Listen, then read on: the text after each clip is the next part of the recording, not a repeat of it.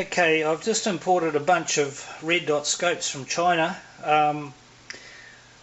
Now I've had a quick look at them without being mounted on the Crosman air rifle, and I had ordered 3 of this type, which is the most advanced design, which has got holographic display and a few other bits and pieces, with 11mm rail. Now the Chinese will always tell you what they think that you want to hear, and I did stress that they had to be 11mm for the air rifles, but these are all 21mm.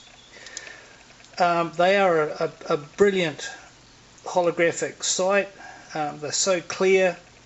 It's just a pity they didn't give me the right product, so I'm going to insist next time around for some 11mm of this particular one. High quality, very well designed, so I'll just have to wait for that. This one here is a low cost one. It's got the 11mm rail, and it's got no functions other than turn it on, look through the sight, and turn it off when you're finished with it. It's got nothing automatic, but it's, like I say, very low cost. Probably I'll be selling this about $40 inclusive. So there's that one there, and this one here is a very nice, I'm not sure if it is a Bushnell or not, but it certainly looks the quality of a Bushnell. I know they do make them in China, so it possibly is. Now it's vacuum filled, so it doesn't steam up. The display is brilliant. You can change the actual graticule in it, different colours, I think. I'll just turn it on. Yeah, it's got green and red. You can, so for daytime you put it onto green. Now I'm going to mount, I guess I'll start off with the cheapest one first, mount that onto the Crosman, and I'll do some shots, sight it in, and then I'll do some grouping and see how it compares with the scope. I presume they'll be probably pretty well the same, but the main thing is when I'm standing up and shooting without any support, if I can sight faster and get my rabbits faster with one of these, I'll be a happy chappy. Thank you. Okay, so this is what the little beast looks like when she's mounted on the rail. These nuts and the posi drive heads on the other side and the rail, I haven't put any Loctite on them, but that's what I would imagine is absolutely vital for using on a Springer rifle anyway. So I'll go out and fire a few shots through it and come back, and we'll have a look at the grouping once I've set it up. Pretty easy to, you just point the thing, put the red dot on the target, pull the trigger, and hopefully that's the way it goes. Okay, the red dot, the cheap one, is not that accurate, very fast to acquire a target, but I'm still sort of sighting it in groups all over the place here. That was from 25 meters.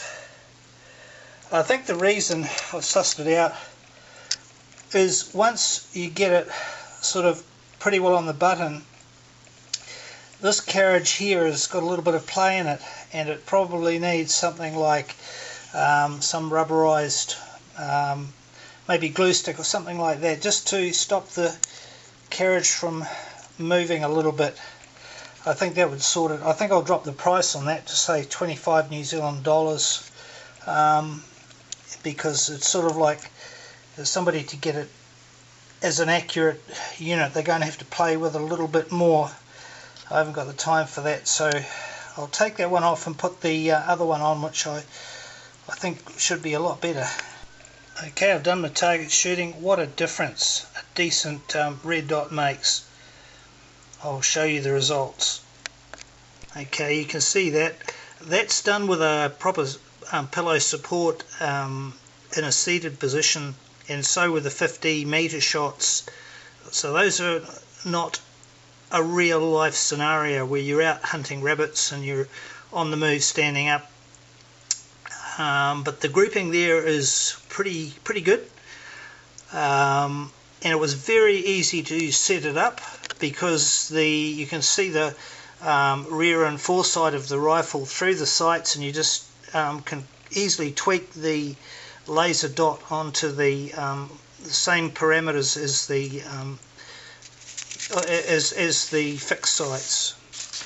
Okay, now this is an interesting one. I've fired 10 shots here, and that's at 25 meters standing up using the artillery position. Because I'm 64, I haven't got such a steady hand. There's a couple of wayward ones there and there, but apart from that, that's really not too bad for rabbit shooting, and the acquisition of the target is much faster than with a scope. Sometimes if your eye's not in the right position with a scope, you can't see anything at all, so it's certainly a keeper, that red dot.